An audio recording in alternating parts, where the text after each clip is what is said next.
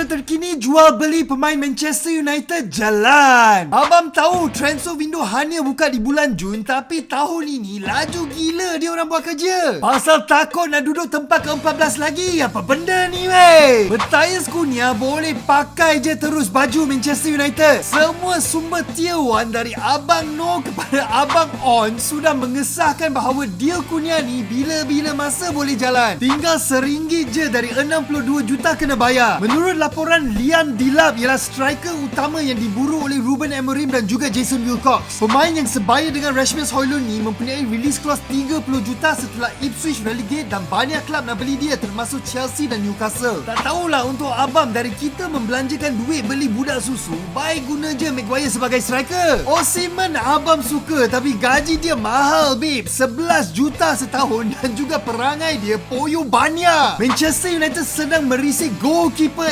Espanyol Joan Garcia. Harga sekitar 21 juta dan fans Onana tu baik beli tiket jumpa dia bulan depan sebelum dia gerak ke Arab. Dua midfield target sedang dibincangkan. Yang pertama Ederson dari Atlanta, di mana sebelum ni Manchester United pernah berhubung dengan dia harga sekitar 38 juta. Seterusnya Johnny Cardoso dari Real Betis. Walaupun Spurs sudah paki nak beli dia, tapi mungkin kita boleh swap. Anthony tukar dengan Cardoso tambah 30 juta, Real Betis kena bayar kita. Barulah balance.